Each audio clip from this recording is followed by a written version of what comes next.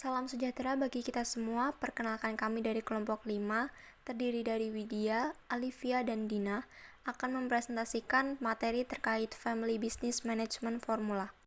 Pada subbab ini, kita menjelaskan beberapa konsep dasar dalam susunan Family Business Management. Pemahaman tersebut meliputi mengapa family business berbeda dari yang lain, dan bagaimana family business mengalami perubahannya seiring dengan berjalannya waktu. Selain itu, kita juga akan memahami bagaimana mengidentifikasi struktur hubungan keluarga atau bisnis dalam suatu kasus untuk menilai sejauh mana struktur tersebut sesuai. Hal yang mendasari susunan family business adalah persiapan dalam menghadapi kemungkinan situasi yang akan dihadapi di kemudian hari. Dengan kata lain, yakni memperkirakan jenis situasi yang paling mungkin ditemui sehingga perusahaan maupun keluarga dapat menjadi lebih kompleks seiring dengan berjalannya waktu, sehingga upaya tersebut difokuskan bukan pada mencegah apa yang akan terjadi, tetapi lebih pada membangun jenis hubungan keluarga maupun bisnis yang mampu menyalurkan dan menyerap peristiwa yang pasti akan terjadi di kemudian hari. Persiapan ini bertumpu pada pendekatan yang saat ini berkembang, yakni teori kompleksitas. 3 konsep utama dari pendekatan teori kompleksitas tersebut diantaranya adalah kompleksitas, struktur, dan stabilitas atau risiko struktural. Konsep kompleksitas pada family business ini dikatakan tidak dikotomis, yakni baik atau buruknya tidak dapat diketahui dengan pasti. Dan tidak semua family business harus dikelola dengan cara yang sama. Hal ini tergantung pada sifat family business yang bersangkutan, tergantung pada tingkat kerumitan keluarga dan juga tingkat kerumitan bisnisnya. Keluarga dan kompleksitas bisnis menentukan jenis masalah yang akan dihadapi oleh family business di masa depan. Instrumen yang digunakan untuk menghasilkan ketertiban dalam family business terbagi menjadi 5 dimensi utama, yaitu ada pembentukan institusi, yang kedua adalah diferensiasi keluarga dan bisnis, yang ketiga pengembangan praktik manajemen, keempat pengembangan komunikasi, dan yang terakhir adalah persiapan suksesi. Struktur yang ada pada slide sebelumnya memungkinkan family business dalam menemukan solusi yang tepat untuk situasi yang dihadapinya. Dan risiko struktural pasti dimiliki oleh setiap family business. Maka semakin besar kesenjangannya, semakin besar pula risiko yang akan dihadapinya sesuai dengan besar kesulitan yang dialami oleh family business tersebut. Oleh sebab itu, untuk mengurangi risiko struktural dalam family business dapat dilakukan dengan salah satu dari 3 cara berbeda di berikut ini, yaitu mengurangi kompleksitas keluarga, mengurangi kompleksitas bisnis, dan mengembangkan struktur hubungan antara keluarga dan bisnis yang ada. Kompleksitas keluarga didasari oleh konsekuensi dari dinamika internal yang tercipta ketika keluarga berkembang dan hubungan timbal balik antar anggotanya berlipat ganda, seperti halnya jumlah peristiwa yang mungkin terjadi di masa depan. Kompleksitas keluarga ini ditransmisikan ke perusahaan dalam hubungan yang saling ketergantungan, sehingga kompleksitas keluarga ini ditentukan dari komposisi keluarga, siklus hidup keluarga, dan fungsi keluarga serta identitas keluarga. Pada struktur keluarga ini menggambarkan tindakan dan hubungan yang dapat terjadi di antara anggota suatu kelompok yang terdiri dari budaya, hierarki, norma, dan aturan serta peran. Jadi dalam keluarga manapun, semua orang pasti mengetahui apa yang biasa dia lakukan, seperti bagaimana melakukannya, apa yang dia katakan, apa yang diperbolehkan, apa yang tidak diperbolehkan, dan hal itu berlaku untuk banyak sikap dan tindakan yang akan dilakukan. Dan struktur keluarga ini bersifat dinamis dan berkembang seiring dengan berjalannya waktu. Setiap struktur internalnya juga menetapkan hierarki, distribusi kekuasaan, pengambilan keputusan, dan pengendalian internal atas fungsinya. Dalam struktur internal ini dibangun melalui kepercayaan, nilai, pengalaman, dan juga peristiwa di masa lalu.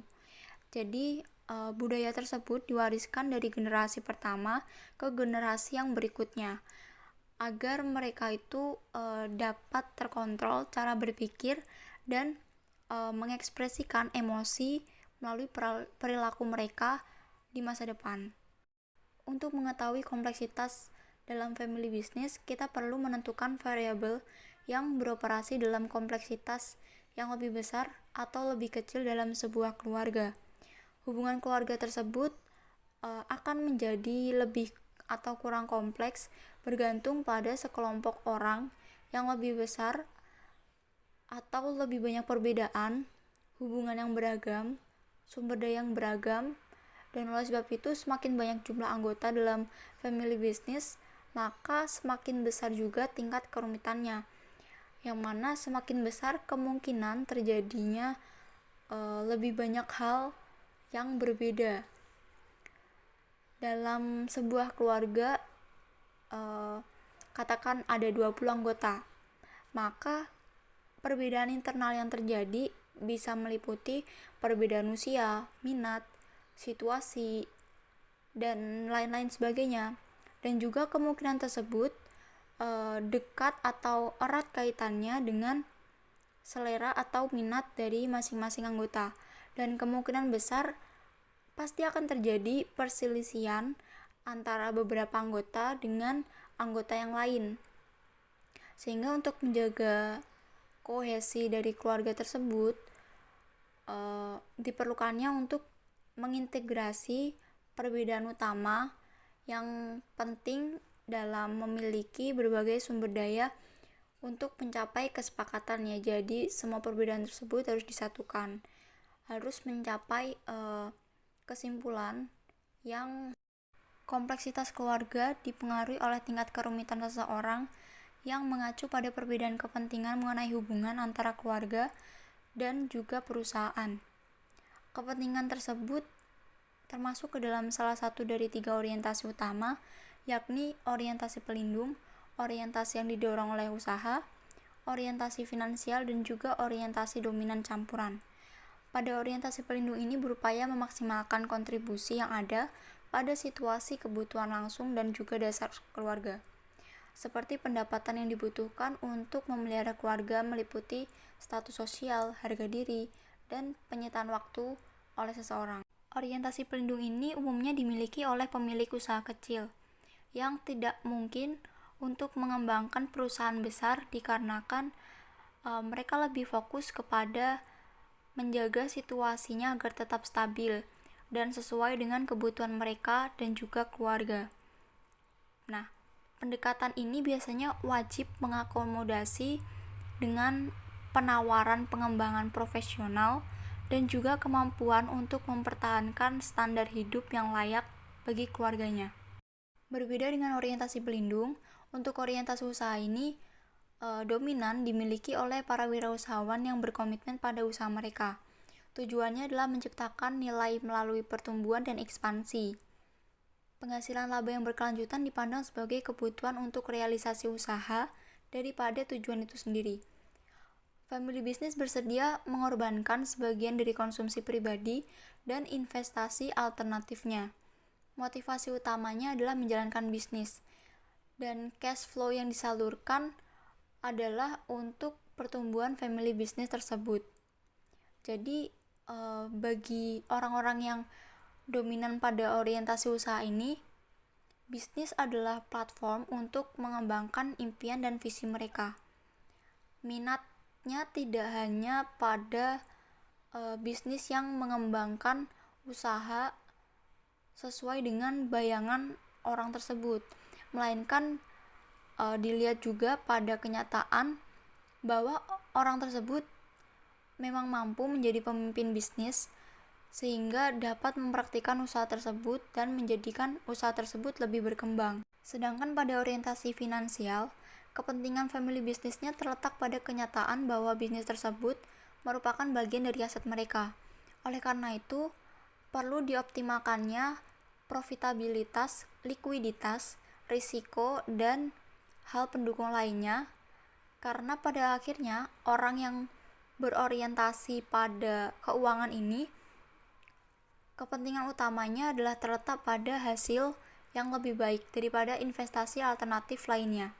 Orientasi dominan campuran ini membentuk kategori radial 9, yaitu adanya derajat dan derajat murni yang hanya dimiliki oleh sebagian atau dalam kombinasi. Contohnya, menjalankan proyek bisnis dengan kerjasama antar anggota keluarga, atau kombinasi orientasi usaha dan finansial, seperti menjalankan proyek yang dapat menghasilkan pengembalian yang sebanding dengan investasi alternatif, atau bisa dibilang balik modal seperti itu. Tidak ada alasan untuk menganggap bahwa salah satu orientasi yang telah disebutkan tadi lebih baik daripada yang lain, meskipun memiliki konsekuensi yang berbeda. Orientasinya itu tergantung pada nilai-nilai yang diprioritaskan oleh orang tersebut. Jadi, apabila semua anggota keluarga memiliki orientasi pelindung, maka dinamika di antara mereka akan terfokus pada siapa yang bekerja dan siapa yang tidak, berapa penghasilan setiap anggotanya, dan apakah ada ruang dalam bisnis untuk mereka semua. Sedangkan apabila semua anggota keluarga mengadopsi orientasi yang didorong oleh usaha, maka fokusnya akan lebih terfokus pada siapa yang bertanggung jawab, sifat proyek yang sedang dikerjakan, dan siapa yang memimpin. Jadi seseorang dengan orientasi usaha tidak akan merugikan anggota keluarga lainnya, karena dia tetap memegang kendalinya, tetap bertanggung jawab. Sedangkan untuk anggota keluarga yang memiliki orientasi finansial, yang menjadi pusat perhatiannya adalah aset. Jadi, siapa yang berhak atas bagian apa, apakah keuntungannya mencukupi atau tidak, dan sejauh mana terdapat dividen yang cukup atau likuiditas saham yang cukup untuk dapat dimiliki. Dan ketika beberapa anggota keluarga beroperasi dengan orientasi protektif atau pelindung, sedangkan yang lainnya berorientasi pada usaha, maka kompleksitas yang terjadi adalah seputar investasi dan risiko. Nah, slide selanjutnya kita akan membahas tentang bisnis complexity. Apa sih bisnis complexity itu? Bisnis complexity atau kompleksitas bisnis adalah tingkat kerumitan dari hasil suatu barang. Jika barang tersebut dengan tingkat kerumitan yang cukup tinggi, maka barang tersebut akan mahal harganya, seperti halnya dengan jasa seseorang. Jika orang tersebut semakin berkualitas, mempunyai pengetahuan yang tinggi dan sangat memuaskan, maka jasa akan semakin mahal harganya. Nah, konsep kompleksitas ini diterapkan pada bisnis. Sebuah perusahaan akan menjadi lebih kompleks jika mengandung lebih banyak elemen dan hubungan di dalamnya, dan jika elemen tersebut lebih erat hubungannya dengan lebih banyak elemen di luarnya. Lalu sejarah bisnis adalah salah satu kompleksitas yang semakin meningkat, dan peningkatan dalam komunikasi baik di bidang informasi maupun dalam pengangkutan orang dan barang. Pasar berubah dari lokal menjadi semakin global, dan ini membawa peningkatan hubungan dengan pelanggan yang semakin beragam, dan lebih banyak pasar, lebih banyak pemasok, dan lebih banyak pesaing.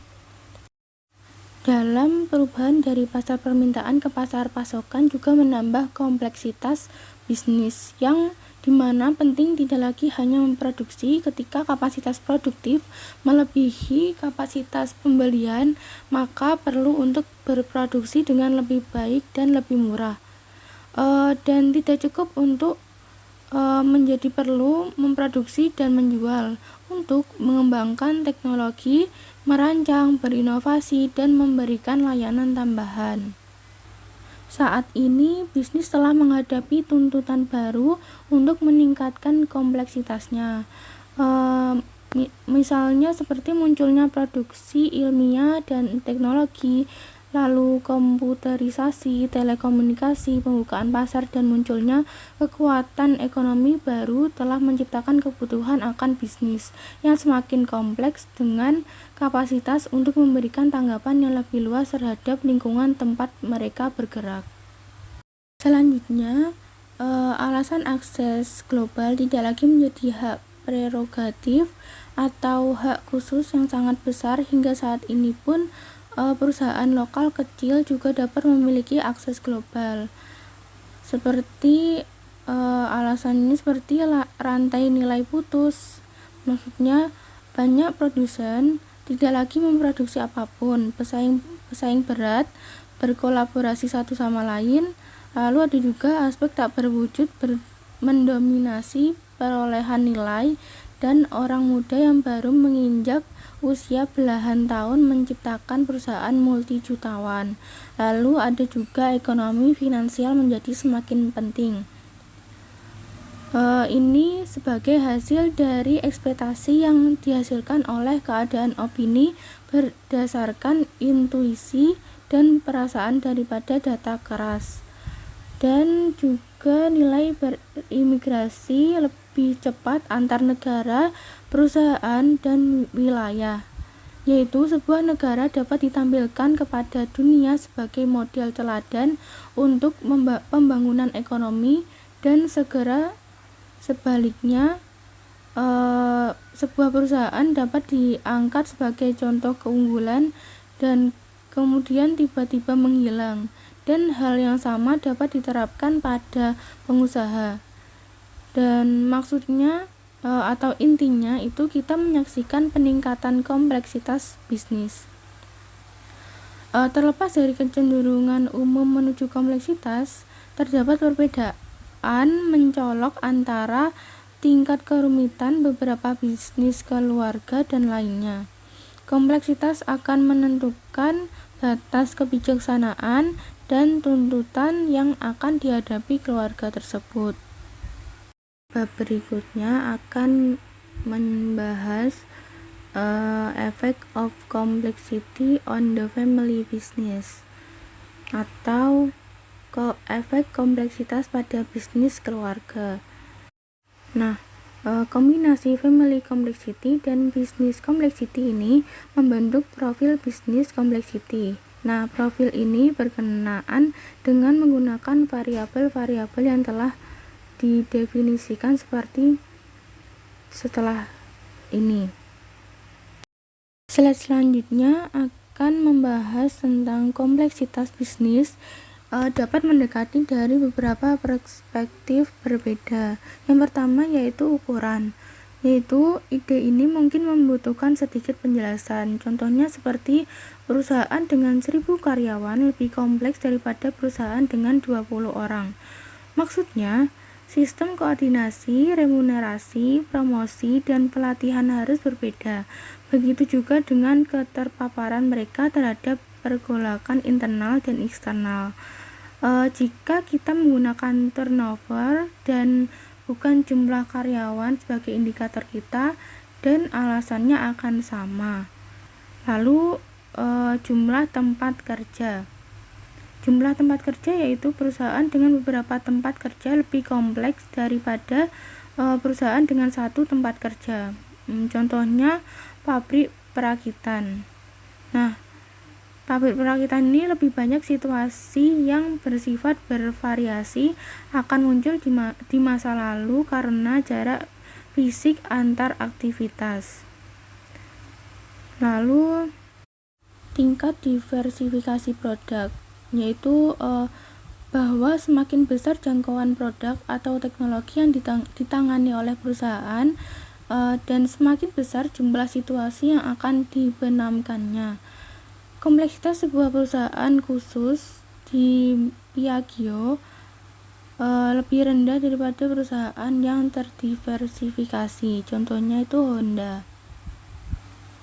Dan berikutnya ada tingkat internasionalisasi, yaitu perusahaan yang sangat internasionalisasi lebih kompleks daripada perusahaan yang hanya beroperasi secara lokal, dan akan lebih banyak situasi yang disebabkan oleh keragaman budaya, bahasa, peraturan perundang-undangan, mata uang, maupun zona waktu dan lain sebagainya. Berikutnya ada tingkat integrasi rantai nilai, yaitu perusahaan yang melakukan beberapa aktivitas dalam rantai nilai, seperti memperoleh bahan baku, membuat, merancang, dan mendistribusikan.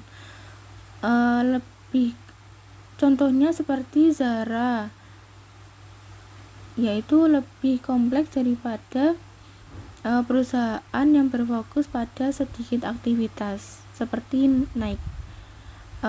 Akan ada lebih banyak situasi dengan sifat yang beragam karena kebutuhan untuk mengordinasikan aktivitas kepentingan agen pesaing di berbagai tingkat rantai, kualitas, prioritas, dan lain sebagainya. Contoh lain seperti sebuah rantai rumah sakit lebih kompleks daripada yang melakukan tugas rutin dan berulang, seperti perusahaan minyak berkualitas atau rantai pompa bensin. Nah, dokter yang pada rantai rumah sakit ini memiliki tingkat kemandirian dan kontrol yang lebih tinggi atas pekerjaan mereka sendiri daripada bekerja dalam proses yang sangat ditentukan seperti melayani bensin atau pada perusahaan minyak berkualitas tadi. Lalu ada juga tingkat pengetahuan dan jenis sektor tempat perusahaan beroperasi. Jenis sektor tempat perusahaan beroperasi ini juga memiliki kompleksitas yang lebih besar atau lebih kecil. Perusahaan yang aktif di sektor yang sangat terpengaruh perubahan teknologinya lebih kompleks daripada perusahaan yang beroperasi di sektor distribusi makanan. Nah, sesuai gambar pada slide ini, yaitu profil kompleksitas bisnis dari keluarga Spanyol yang termasuk dalam FBK database pada tahun 2007. Nah, hal ini memungkinkan untuk memahami bahwa bisnis keluarga berbeda dengan bergantung pada profil kompleksitas tersebut dan tidak dapat memprediksi apa yang akan terjadi di masing-masing perusahaan dan akan tetapi dapat mengantisipasi situasi seperti apa yang mungkin harus mereka hadapi. Dan dalam sebuah perusahaan keluarga dengan keluarga yang lebih kompleks, kita tahu bahwa akan ada lebih banyak perbedaan di antara para anggotanya yang berkenaan dengan profil keterampilan, kebutuhan, sejarah kehidupan, nilai-nilai mereka sebagai keluarga inti, dan lain-lain.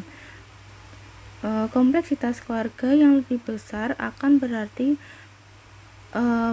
perbedaan yang lebih besar. Nah, akibatnya keluarga yang lebih kompleks dapat menyebabkan lebih banyak kekacauan dalam bisnis. Jadi misalnya jika sebuah keluarga ingin membuat sebuah manajemen senior perusahaannya ditempati oleh anggota keluarga, tetapi hanya ada 2 saudara lelaki di mana memenuhi syarat untuk jabatan ini. Nah, masalahnya akan muncul tentang bagaimana mereka harus dikoordinasikan untuk menjalankannya sampai bisnis berhasil.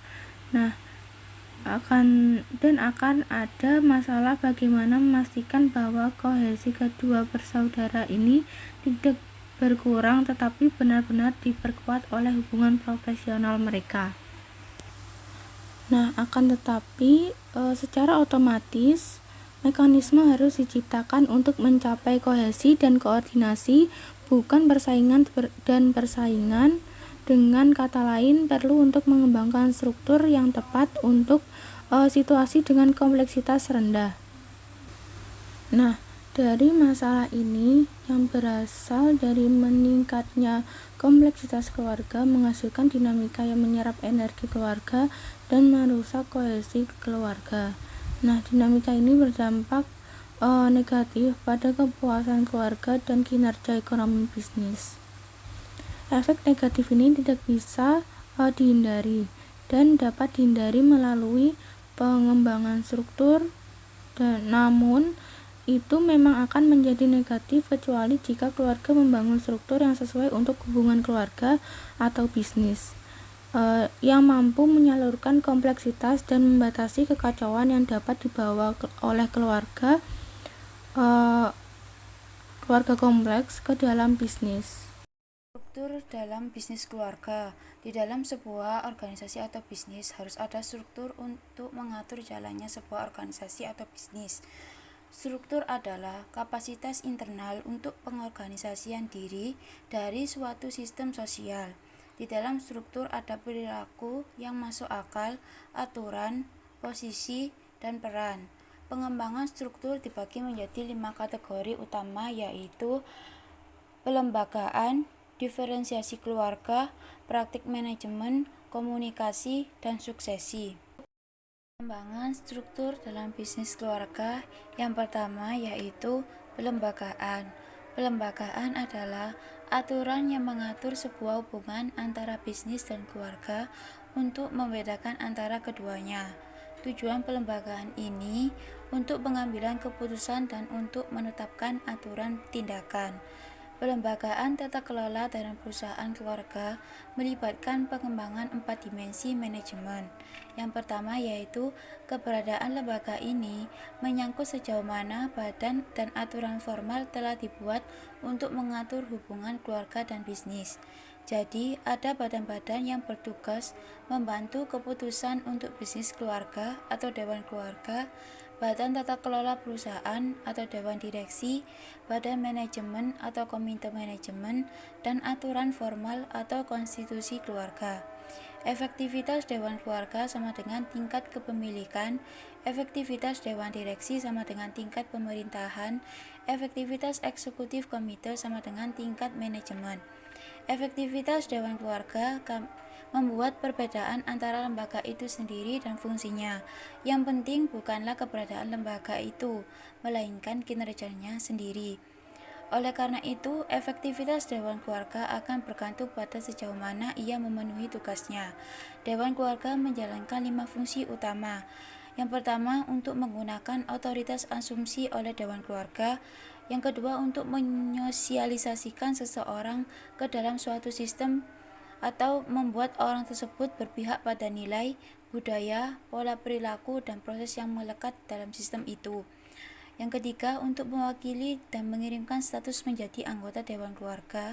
Yang keempat, untuk mendorong kohesi dan mengembangkan jiwa kewirausahaan. Yang kelima, menetapkan batasan dan aturan dewan keluarga dan juga menjalankan fungsi pengaturan batasan intervensi keluarga dalam urusan bisnis. Efektivitas dewan direksi. Fungsi utama direksi adalah mengatur perusahaan sesuai dengan mandat yang telah dinegosiasikan sebelumnya dengan dewan keluarga. Namun, fungsi spesifiknya adalah yang pertama, untuk memberikan dukungan kepada manajemen senior, memantau manajemen senior untuk memastikan bahwa kekuasaan eksekutif perusahaan diawasi dan dapat dipertanggungjawabkan. Yang ketiga, untuk mengembangkan, memelihara, dan mengontrol sumber daya kapabilitas yang berbeda.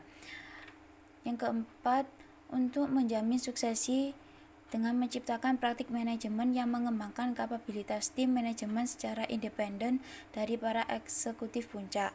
Yang kelima, memberlakukan pembatasan pada keluarga, melibatkan pencegahan keluarga dari campur tangan dalam bisnis.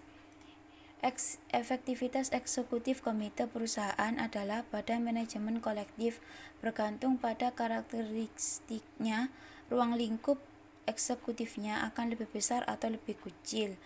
Ada 3 jenis, yaitu anggota komite eksekutif yang informatif. Yang kedua, anggota komite eksekutif musyawarah yang menganalisis dan menilai informasi dan subjek yang diperdebatkan bersama. Yang terakhir, pengambilan keputusan komite eksekutif. Komite eksekutif memiliki pengaruh langsung pada fungsi organisasi. Ini memungkinkan para eksekutif yang memiliki pendekatan terpusat dan intuitif untuk manajemen untuk memperkenalkan lebih banyak elemen analitis ke dalam proses pengambilan keputusan mereka. Pengembangan struktur bisnis keluarga yang ketiga adalah diferensiasi keluarga. Diferensiasi keluarga yaitu apakah mereka mampu dengan jelas membedakan hak dan kewajiban mereka dan bagaimana mereka harus bertindak ketika mereka berada dalam pemikiran yang berbeda. Membedakan keluarga dari bisnis melibatkan pengembangan 3 dimensi manajemen, yaitu 3 bidang yang dapat dikelola dan oleh karena itu dapat dimodifikasi. Yang pertama, diferensiasi kerja, pengakuan kepemilikan, akuntabilitas keluarga. Diferensiasi kerja adalah sejauh mana anggota keluarga yang secara aktif terlibat dalam pengelolaan usaha milik keluarga atau karena kemampuan profesional mereka. Hal ini diwujudkan dalam aspek seperti kriteria akses ke pos manajemen, hierarki atau urutan jabatan yang ada, dan kriteria mengenai remunerasi atau uang balas jasa dan promosi anggota keluarga yang menduduki jabatan eksekutif.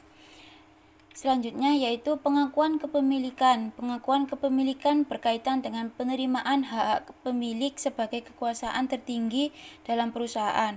Kepemilikan begitu sering diidentikan dengan manajemen dalam perusahaan keluarga, sehingga peran dan hak pemilik mungkin tidak selalu diakui.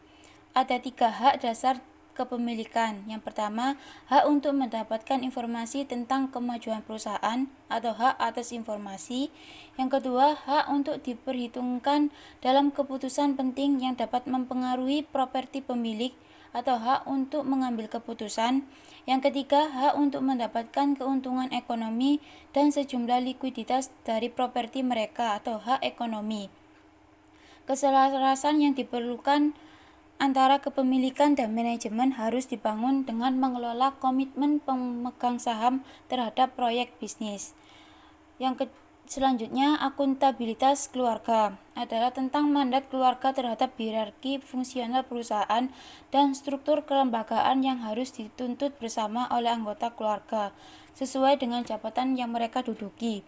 Di sini tidak peduli dengan apakah seorang anggota keluarga mampu menjadi lebih atau kurang menuntut diri sendiri. Sebaliknya, di sini ingin mengevaluasi sejauh mana organisasi itu sendiri penting dan semua yang bekerja di dalamnya, apakah mereka anggota keluarga atau bukan. Pengembangan struktur dalam bisnis keluarga yang ketiga yaitu praktik manajemen. Praktik manajemen perusahaan keluarga cenderung bergantung pada sosok pendiri atau anggota keluarga yang dominan. Hasilnya mungkin sangat sukses, tetapi sisi negatifnya adalah bahwa ini jenis manajemen yang sangat bergantung pada profil keterampilan seseorang. Dan ketika orang tersebut gagal, begitu juga dengan jalannya bisnis. Ini memerlukan pengembangan 2 dimensi utama, yaitu profesionalisasi praktik manajemen dan penataan informasi. Yang pertama, mengacu pada praktik manajemen yang dianggap umum dalam aspek dasar manajemen dan mengacu pada penciptaan sistem dan cara kerja yang bertujuan untuk memastikan bahwa pengetahuan tidak hanya pada prinsipnya dalam milik pengusaha. Profesionalisasi praktik manajemen ini berkaitan dengan praktik manajerial yang dicoba dan diuji dalam dunia manajemen. Terdapat pengetahuan praktis tentang kualitas yang terbukti dalam berbagai aspek manajemen, seperti desain strategi eksplisit atau terus terang, koordinasi tim, organisasi proses internal, pengembangan kontrol, praktik ekonomi dan keuangan, konstruksi sistem informasi dan sistem mutu. Penataan informasi dalam dimensi ini mengacu pada kuantitas informasi yang dapat disandikan oleh organisasi atau data dan urutan yang dibuat dalam data ini agar dapat menggunakannya atau informasi. Penataan yang mempengaruhi informasi ekonomi dan keuangan yaitu indikator manajemen, protokol kerja, definisi proses, paten, spesifikasi teknis, survei pasar, dan sistem penilaian kerja. Pengembangan struktur dalam bisnis keluarga yang keempat yaitu komunikasi. Komunikasi adalah suatu tindakan yang bersumber dari bahasa dan pikiran. Keluarga yang berhasil menjaga komunikasi yang jelas dan lancar tentang masalah yang terkait dengan bisnis keluarga akan menciptakan kepercayaan di antara anggota keluarga. Kepercayaan ini memungkinkan untuk mengatasi ketidaksepakatan secara terbuka, mencari solusi bersama, dan mencapai kesepakatan yang logis. Ada 2 dimensi manajemen yang perlu dikembangkan untuk meningkatkan komunikasi. Yang pertama yaitu perbedaan manajemen. yaitu bagaimana sebuah keluarga mengelola perbedaan di antara anggotanya untuk menciptakan kohesi atau hubungan yang erat di sekitar proyek. Perbedaan yang dimaksud adalah perbedaan minat, profil keterampilan, situasi pribadi, dan peran yang dimainkan. Cara menangani perbedaan dengan benar melibatkan pengakuan bahwa anggota keluarga dapat sederajat atau mereka semua bersaudara. Mereka semua terkait dengan bisnis keluarga. Selanjutnya yaitu aturan. Aturan yang dimaksud adalah tentang kemampuan keluarga untuk menyatakan aturan perilaku yang ada di antara keluarga dan bisnis. Hal ini memungkinkan untuk mendiskusikan kesesuaian aturan ini dan jika perlu mengubahnya sesuai kesepakatan bersama. Aturan tetap dalam bentuk konstitusi keluarga seringkali merupakan ekspresi keinginan karena keluarga tidak dapat menerima aturan yang benar-benar mengatur perilaku mereka. Pengembangan struktur dalam bisnis keluarga yang kelima yaitu suksesi. Suksesi dalam perusahaan keluarga terkait dengan penciptaan kondisi yang memungkinkan kelangsungan bisnis yang sukses. Bisnis harus menunjukkan kewirausahaan, yaitu kemampuan untuk menciptakan kembali perusahaan di sekitar yang baru. Oleh karena itu, generasi penerus harus memiliki kemampuan membangun usaha atau wirausaha. Ada 3 dimensi manajemen yang perlu dikembangkan untuk mempersiapkan suksesi. Yang pertama yaitu kemampuan wirausaha. Perkembangan perusahaan membutuhkan vitalitas atau kemampuan bertahan hidup dan kemampuan untuk melakukan usaha. Ini adalah kesalahan yang terlalu sering dibuat dalam perusahaan keluarga. Mereka berpikir bahwa satu generasi dapat melaksanakan proyek dari generasi sebelumnya hanya dengan meningkatkan efisiensi. Dengan kata lain, melakukan hal yang sama tetapi lebih baik. Jadi, bisnis keluarga harus ada penerus dari generasi satu ke generasi berikutnya. Ketergantungan non-CEO eksekutif puncak adalah sebagai orang yang bertanggung jawab atas organisasi atau yang biasa disebut CEO dan manajer umum. Mengembangkan ketergantungan non-CEO terkait erat dengan seluruh rentang dimensi struktur yang telah kita bahas di atas, yaitu penciptaan struktur kelembagaan, pengembangan manajemen, dan pengembangan kewirausahaan. Bisnis keluarga harus bisa mengurangi perusahaan mereka bergantung pada eksekutif puncak. Yang terakhir, perencanaan suksesi. Ini biasanya membahas aspek-aspek yang berkaitan dengan suksesi manajemen. Tetapi, perencanaan suksesi di sini yaitu membahas aspek-aspek yang berkaitan dengan suksesi kepemilikan. Perencanaan suksesi memiliki dimensi strategis dan juga hukum dan administratif, terutama terkait dengan transmisi kepemilikan. Dari sudut pandang strategis, keputusan suksesi berdampak langsung pada kompleksitas keluarga, dan oleh karena itu harus ditangani dari perspektif itu. Jadi harus mempertimbangkan beberapa aspek komponen hukum dan administrasi, masalah perpajakan, surat wasiat, dan kesepakatan tentang properti, perusahaan, dan masalah ekonomi.